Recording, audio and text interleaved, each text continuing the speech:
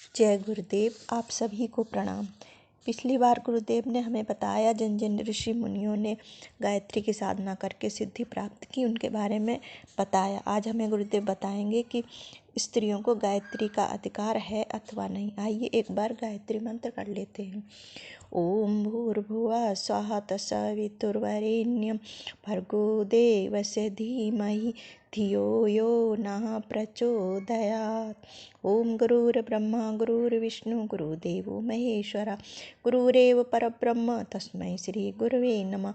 अखण्डमण्डलाकारं व्याप्तं येन चराचरं तत्पदं दर्शितं येन तस्मै श्री गुरवे नमः। कन्या और पुत्र दोनों ही माता पिता की प्राण प्रिय संतान हैं। ईश्वर के नर और नारी दोनों दुलारे हैं। कोई भी निष्पक्ष न्यायशील माता पिता अपने बालकों में इसलिए भेदभाव नहीं करते वे कन्या अथवा पुत्र हैं। ईश्वर ने धार्मिक कर्तव्यों एवं आत्म कल्याण के साधनों की नर और नारी दोनों को ही सुविधा दी है।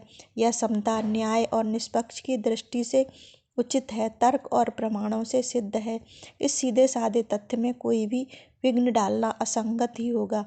पर गुरुदेव बता रहे हैं कि मनुष्य की समझ जो है बड़ी विचित्र है। उसमें कभी कभी ऐसी बातें घुस जाती हैं जो सर्वथा अनुचित एवं अनावश्यक होती हैं।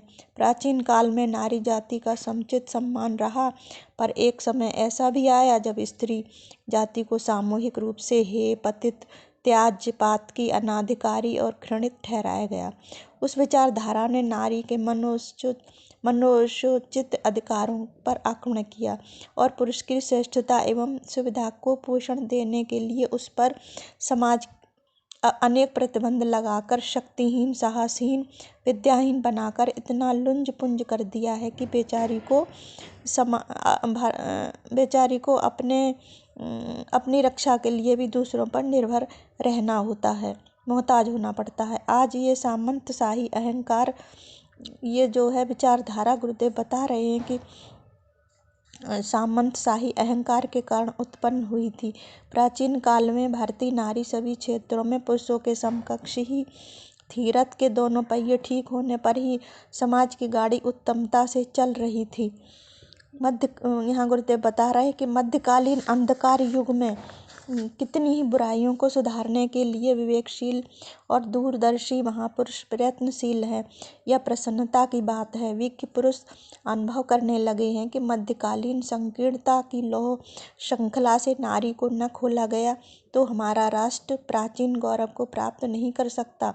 पूर्व काल में नारी जिस स्वस्थ स्थिति में थी वह स्थिति में पुनः पहुँचने से हमारा आधा अंग विकसित हो सकेगा, तभी हमारा सर्वांगीण विकास हो सकेगा। भारतवर्ष में सदा स्त्रियों का समुचित सम्मान रहा है। उन्हें पुरुषों की अपेक्षा अधिक पवित्र माना जाता रहा है। स्त्रियों को बहुधा देवी संबोधन से संबोधित किया जाता है। नाम के पीछे उनकी जन्मजात उपाधि देवी प्रायः जुड़ी ही रहती है। देवताओं और महापुरुषों के साथ उनकी अर्धांगिनियों के नाम भी जुड़े हुए हैं, जैसे कि सीताराम, राधे श्याम, गौरी शंकर, लक्ष्मी नारायण, उमा महेश आदि। इसीलिए गुरुदेव बता रहे हैं कि आध्यात्मिक और ईश्वर प्राप्ति संबंधी कार्यों में नारी का सर्वत्र स्वागत किया गया है और उसे उसकी महानता के अनुरूप प्रतिष्ठा दी गई है। वेदों पर दृष्टिपात करने से स्पष्ट हो जाता है कि वेदों के मंत्र दृष्टा जिस प्रकार अनेक ऋषि हैं, वैसे ही अनेक ऋषिकाएँ भी हैं। ईश्वरीय ज्ञान वेद महान आत्मा वाले व्यक्तियों पर प्रकट हुआ है और उनसे उन मंत्रों को प्रकट किया गया। इस प्रकार जिन पर वेद प्रकट हुए उन मंत्र दृष्टाओं को ऋषि कहते हैं। ऋषि केवल पुरुष ही नहीं हुए वरन अनेक नारियां भी हुई हैं।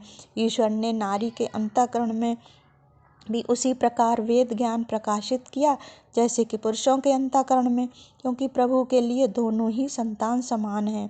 महान, दयालु, न्यायकारी और निष्पक्ष प्रभु अपनी संतान में नर और नारी का भेदभाव कैसे कर सकते हैं।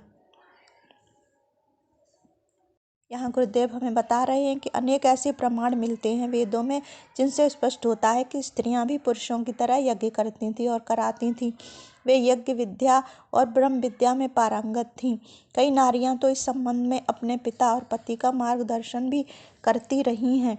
प्राचीन समय में स्त्रियां गृहस्थ आश्रम चलाने वाली भी थीं और ब्रह्मपरायण भी थीं। वे दोनों ही अपने अपने क्षेत्रों में कार्य करती थीं। जो गृहस्थ का संचालन करती थीं उन्हें सगोवधू कहते थे, और जो वेद अध्ययन, ब्रह्म उपासना आदि के परमार्थिक कार्यों में लगी रहती थीं उन्हें ब्रह्मवादिनी कहते थे। ब्रह्मवादिनी और सगोवधू दोनों के कार्यक्रम तो अलग अलग थे, पर उनके मौलिक अधिकारों में कोई अंतर न था। ब्रह्मवादिनी और सगोवधू ये दोनों ही स्त्रियां होती हैं। इनमें से ब्रह्मवादिनी यज्ञोपवीत, अग्निहोत्र, वेद अध्ययन तथा इसमें से ब्रह्मवादिनी यज्ञोपवीत, अग्निहोत्र, वेद अध्ययन तथा स्वगृह में भिक्षा करती थी। सगोवधू का भी यज्ञोपवीत आवश्यक था। वह विवाह काल में उपस्थित होने पर करा दिया जाता था। जिस प्रकार पुरुष ब्रह्मचारी रहकर तप योग द्वारा ब्रह्म को प्राप्त करते हैं, वैसे ही कितनी ही स्त्रियां ब्रह्मचारिणी रहकर आत्मनिर्माण एवं परमार्थ का संपादन करती हैं। पूर्व काल में अनेक सुप्रसिद्ध ब्रह्मचारिणियां हुई हैं, जिनकी प्रतिभा और विद्वता की चारों ओर कीर्ति फैली हुई थी। महाभारत में भी ऐसी ही अनेक ब्रह्मचारिणियों का वर्णन आता है। भारद्वाज की श्रुतावती नामक कन्या थी, जो ब्रह्मचारिणी थी। कुमारी के साथ साथ ब्रह्मचारिणी शब्द लगाने का मतलब ये है कि वे अविवाहित और वेद अध्ययन करने वाली थी। योग सिद्धि को प्राप्त कुमार अवस्था से ही वेद अध्ययन करने वाली तपस्विनी सिद्धा नाम की ब्राह्मणी मुक्ति को प्राप्त हुई। महात्मा शांडिल की पुत्री श्रीमती थी, जिसने व्रतों को धारण किया, वेद अध्ययन में निरंतर प्रवृत्त थी। कठिन तप करके वह देव ब्राह्मणों से पूजित हुई और स्वर्ग सिधारी।